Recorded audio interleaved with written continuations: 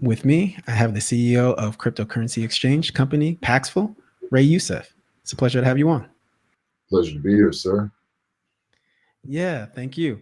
So the first time I heard about you, to be honest, was through Twitter. Actually, it was after Jack Dorsey. He showed his support for Nigeria, just sending the Nigerian flag, and you wrote this: "The energy in Nigeria will transform the world. The youth have already begun building a pan-African financial settlement layer using Bitcoin, and nothing can stop peer-to-peer. Africa is now leading the new world of finance and crypto adoption. Let us all show them love." And at BBB, we absolutely love that. We're definitely are globally conscious. So could you share with us the aims of Paxful as a company and why this business has decided to focus its attention to African markets and Nigeria more specifically? So Paxful started about 6 years ago. It's actually our 6 year anniversary celebration now, and it Oh, started wow. with my Congratulations. co-founder. Thank you. I met my co-founder at our first Bitcoin meetup, and we bonded over a few things. But the main thing was that we actually believed Bitcoin could help the little guy, that it could be something that could bring people together in a way that was generative, that allowed them to build wealth, that allowed them to do things easier, that allowed them to do things they couldn't do before with their money, which is really the main thing holding people back in a lot of places in the world, especially Africa. So I was born in Africa, two African parents. So my father is, like North Sudanese, my mother's Egyptian, and I grew up in America. I'm a first generation immigrant, but I never forgot my connection to Africa. So I always thought that Africa could do so much more if it was just given a path forward, But I didn't really understand how true that was until I actually went to Africa. And when you go there and you talk to the people, you see, wow, this is a completely different image than what I've got. Because let's be real, right? In the West, the only image we get of Africa and Africans is poverty, disease, corruption. Those three things. That's it, right? It's poverty, disease, and corruption. When you go there and you meet the people, you see, wait a minute, there is a lot of money here in Africa. There's tremendous amounts of wealth trapped in Africa that people just can't use it. You can't get it out of the country because it's not honored like money in the West. And that's the truth. And there are so many examples of that which I can give. But the other thing that you notice is that the people themselves are young, brilliant, extremely educated, hyper motivated. I mean, they are hustlers par excellence. And all you have to do is spend just a year in corporate America and you'll see how rare and special that is. And you literally have a continent of 600 million young hustlers that are ready, willing, and able to go. That is absolutely immense. Any entrepreneur can tell you the power of that. And you're looking around, you like wonder, how are these people not super wealthy yet? Like, what's going on, right? And when you realize the problems people have in Africa, it's just sending money. Like, you can't even send money from one country to the country next door using the banking system. It's easier to fill up a suitcase full of cash and get on a plane or a bus. And that's what I tell people, because at the back of everyone's mind, they're wondering, Africa has all these natural resources. Why aren't they rich yet? Are those black people lazy? Why can't they just get it together? The way I answer the question is, how rich would America be if you couldn't even send money from New York to New Jersey? America would not exist. It wouldn't be anything. It might be extinct, actually. Yeah. Yeah. You can't grow. You can't innovate with those barriers at all. Exactly.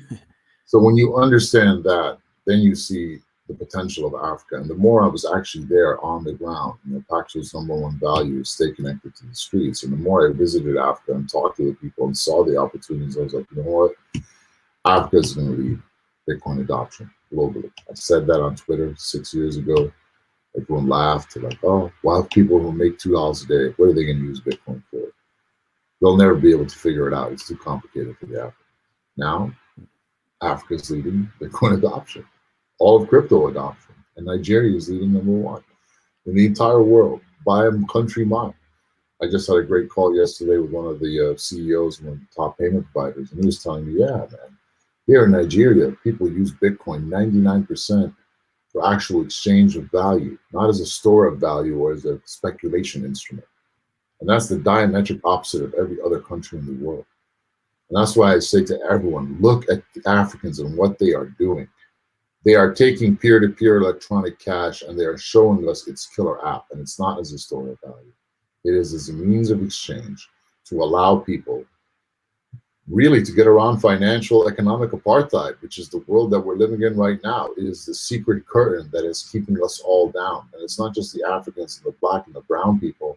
Believe me, white folks watching out there, it's keeping the overbanked down as well. Like how many times does your bank ask you, where did this money come from? What are you going to do with this money? And it's your money, right? Like, absolutely. And I think about the frustrations when it comes to the current payment rail system is massively inefficient. So for us who are in America, who don't know what it takes for day-to-day transactions, for cross-border trade, when you want to send money in and out of the country without Bitcoin, what are the hoops that Nigerians actually have to jump through for cross-border trade? it's mental. It totally is insane. Consider a merchant in Nigeria, say, that wants to order something you saw off Alibaba, whether it's video games, shoes, knickknacks, whatever it might be. How does he make the payment to the guy in Shenzhen, China, right? And what they'll usually have to do, because they can't send money from their bank account in Naira, he won't change it over and send it over to China. It just doesn't work. It won't happen. So they take their Naira, cash it out, buy USD on the black market with their Naira, right? And they'll lose a lot of money on that trade, but they'll get a lot better deal than if they went to their bank. Then they'll have to take that USD and find a way to get it into a bank account somewhere that someone owns, hopefully one of their peers or family relatives, if they have that can somehow get that money and wire that money to China. But if they don't like have Western Union or something like that, or they can use Western Union as well, assuming it's like if it's multiple, like it's over $1,000, right? They'll pay 20%, right? So if they'll use Western Union as the first step, but if they have a friend or family member that can actually send the money with their bank account, then they'll do the kind of Hawala deal, right? We're like, hey, cousin Fred in New York, send $1,000 US to Shenzhen, China, and I'll settle up with you when I visit you in New York, next summer, right? But they might not have that magical money friend, right? And they might not want to go do the Western Union thing and pay 20% or whatever it might be, right? So they could actually just go onto a service like Paxful, which is peer-to-peer, and sell some Bitcoins to a guy in China and say, hey, just pay this invoice with your Alipay account. And they'll pay 1 or 2% maximum. Depending on the arbitrage, you might actually make money for the payment, right? Like, for example, if you're sending the money from Berlin to Kenya, right, you'll pay Western Union 20%. Or if you sell some Bitcoin to someone in Kenya and ask him to pay you by sending the money to an M-Pesa number, you actually make plus 4% because of the arbitrage. Because Bitcoin is more in demand in Kenya, so people are willing to pay more for it. So instead of paying Western Union 20% to send money from Berlin to Nairobi, if you do that with Bitcoin, you'll make plus 4%, which is a sweet deal, right? Set up a little business off of that. That's what people do. They set up these loops, right? Trade routes, and they make money off of that. Yeah. Awesome. And I guess that kind of brings us to the remittance. I know in January of 2020, $2.5 billion were spent and transacted for remittance. In September of 2020, it went down to $55 million. So when we talk about the innovation and the ingenuity of Nigerians, they're tech savvy. So it seemed within the last year or so, they're finding other payment channels, and I'm assuming that Bitcoin is definitely one of them, one of those channels that they're using to overcome these hurdles. Oh yeah, absolutely. It's their go-to, right? It is like their Swiss Army knife for making things happen. And they have now, they've built up layers of liquidity everywhere. The amazing thing about the Nigerian traders on Paxful is that they're everywhere. The Nigerians are trading in every African country. They're trading in the Dominican Republic. They're trading over in Indonesia. The Nigerians are everywhere, and they're just a testament to the just I don't know their DNA or something. Like they really are special. Like 6 out of every 10 Africans you meet outside of Africa are Nigerian. Like the super entrepreneurial people, right? Like they have found a way. Like the Nigerians by themselves could probably build this worldwide network with Bitcoin. They're like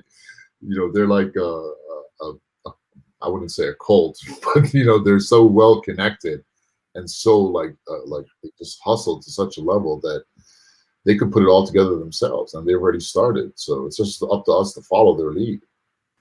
That's amazing. Now, is there like a tech infrastructure that's being built out there for decentralized tech with software engineers, developers who are working on one like the Bitcoin protocol or DeFi networks? Is that starting to build out right now? It absolutely is. Every trip I make to Africa, I meet some amazing people. I met a fellow named John Karma in Kenya, and his mission is to train 1,000 blockchain engineers. He's a serial entrepreneur. He's got all these investments, and we're going to help him with that as well. So we're starting up offices in Abuja, in Lagos, and Nairobi for incubation and education. Right? We're going to find teams that have chemistry, have a mission, and fund them. We're going to educate a new breed of Bitcoin and blockchain developers. And DeFi and whatever other projects they want to get into is, this will be supported, but currently our focus is on Lightning because, okay. yeah. So, everyone that knows me knows I love Bitcoin, and some people call me a Bitcoin maximalist. I don't really like that label too much because it's kind of a bit fanatic. Some of them are honestly quite a bit toxic. I always defend them. They are the ground troops for this movement. We need them. But I consider myself more of a Bitcoin optimalist. I believe that there must be as much momentum behind one central clearing layer as possible in order to keep this moving forward, right? If you can't have someone new coming to you and I heard about Bitcoin and but hey, check out these 67,000 other tokens here. Like, no, we don't need to open that conversation. Exactly. Distraction for you to lose your money. Especially for Africa. And the Nigerian people, they have really taken that, and they are the strongest stewards of Bitcoin on the planet, in my opinion. Right? They really find a way to use it for everything.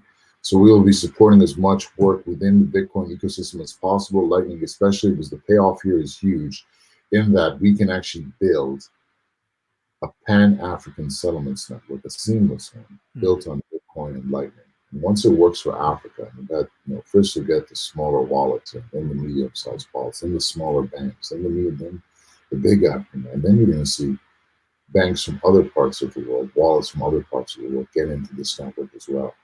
And what could happen within 5 or 10 years or even sooner, you could see a real challenger to the SWIFT system built on Bitcoin and Lightning. And that would be absolutely transformative for the world.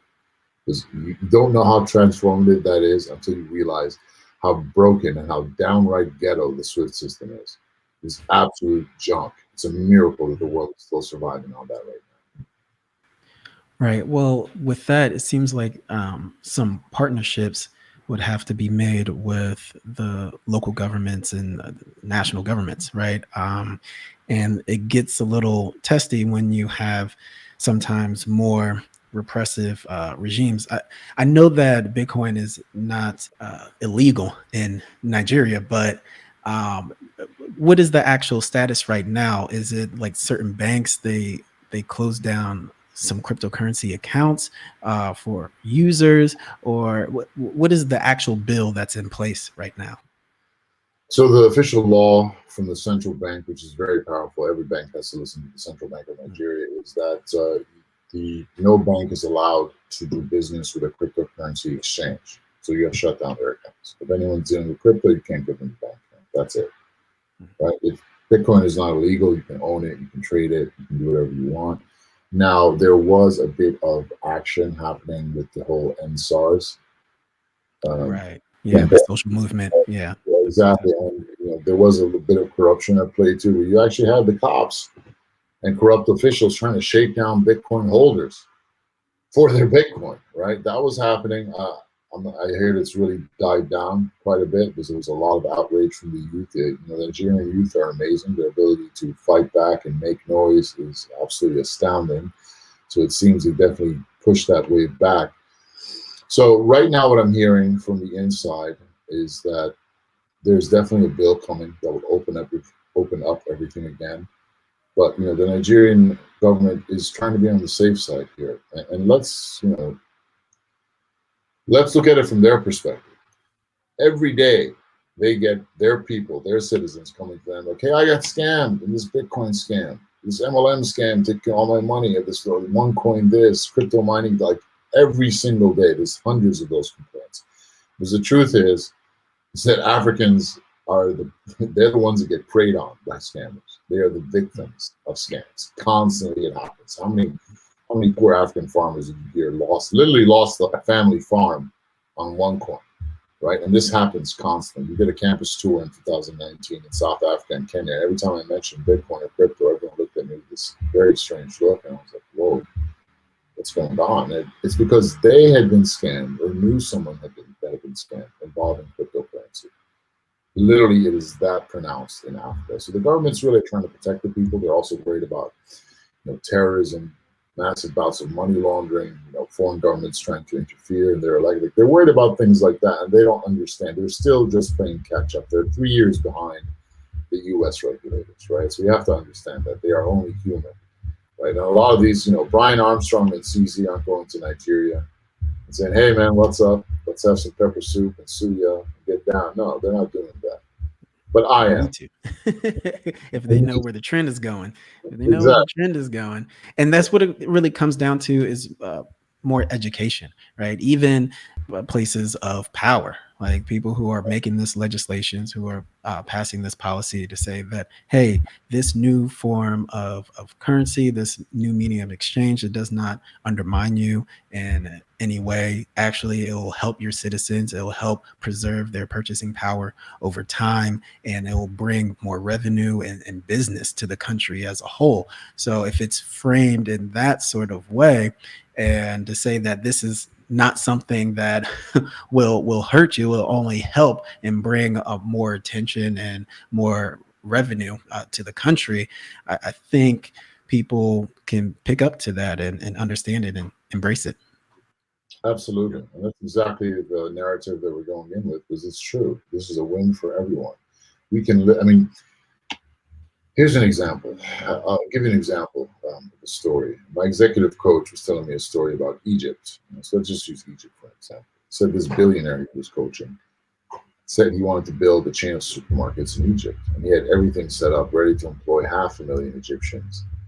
But at the last second, he pulled the whole thing out and took the business to Iran. Why? Because he had no way to pay the Egyptians. They didn't have bank accounts, right?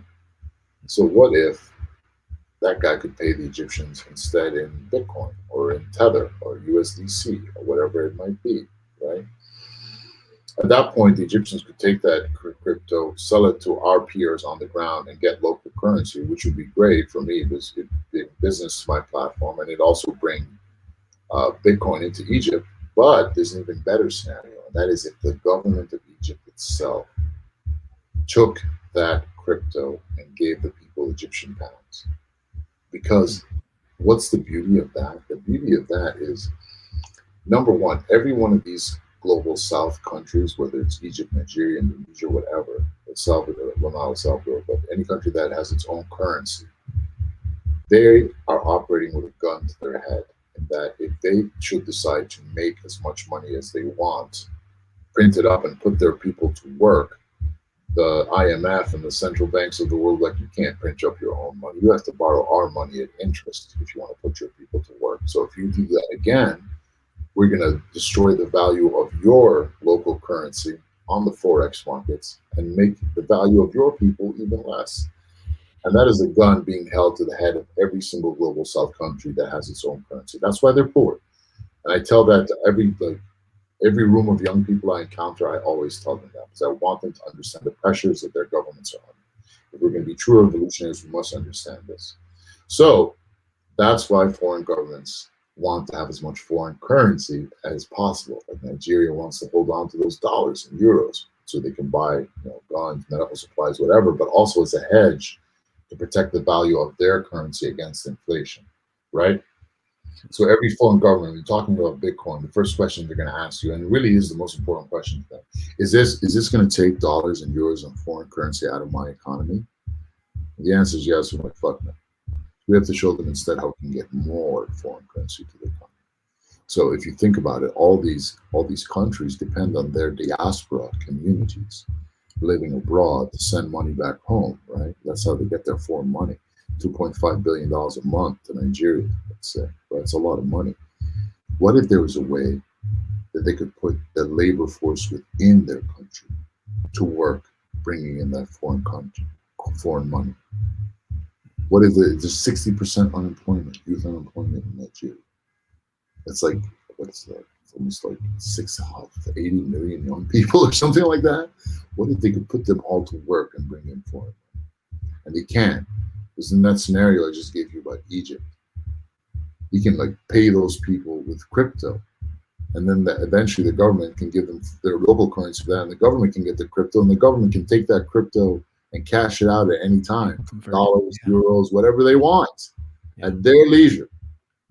So there is a way to do this, brother. We will eventually crack this, and the more Bitcoin we get into these economies, the more young people we educate about the true, the two power plays that are happening here, and the real, hedges and all the pieces that play here, the closer and faster we're going to get to this solution. And once it happens in one country, it's just going to be a domino effect, brother. And then all of a sudden, you're just going to see, wow, everyone's rich. What the man?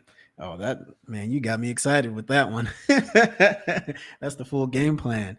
Yeah. And you know what? I think, especially for Bitcoiners, we don't take that perspective into account when it comes to smaller nations and their monetary policy, that they're tied to other entities that may be larger, more powerful than them.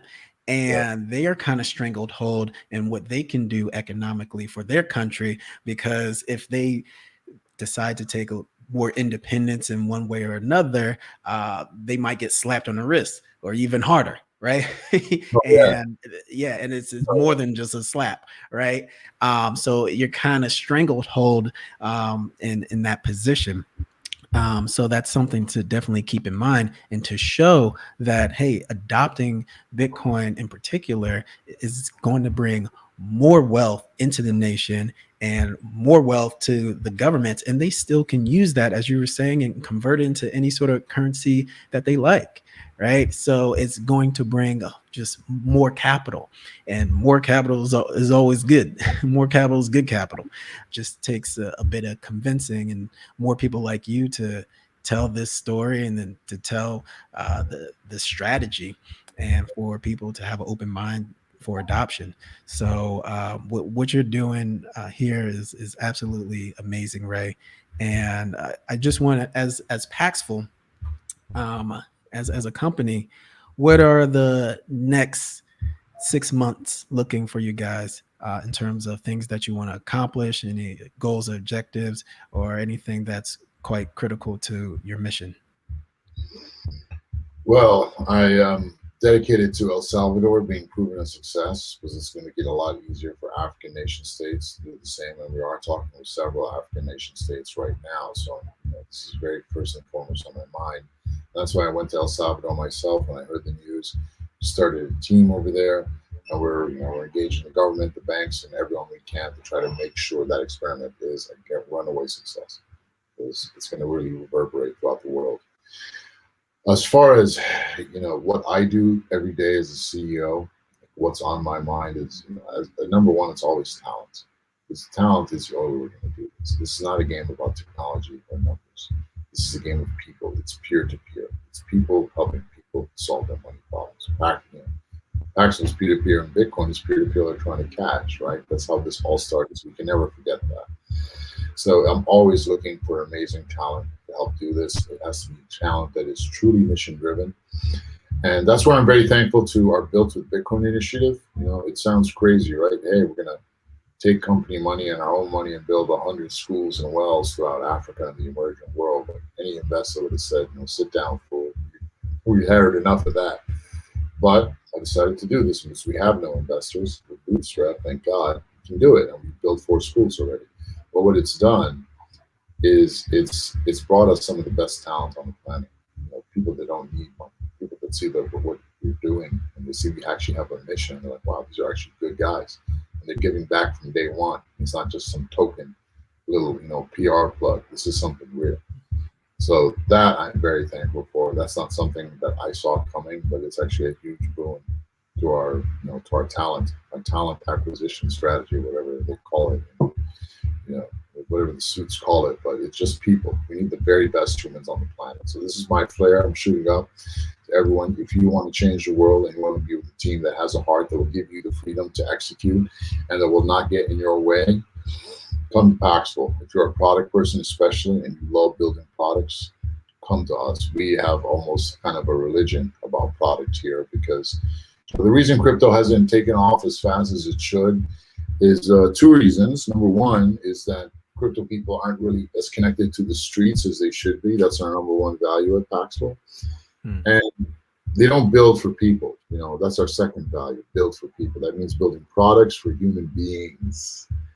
And you have to know the human beings. We're not building products for other machines or robots here. We're building products for humans. The more product focused we are, the faster we will get to the people, the man and woman on the street, and the faster this train will move. So for us, it's about product, it's about talent, and it's about being on the ground. We are started 7 new offices this year, and we'll be looking to expand even more, especially in Africa. I want to get to DRC, I want to get to Cameroon, I want to get to Ethiopia, and I want to start offices in all those places. I want to build Paxful teams everywhere, and I want to meet the people.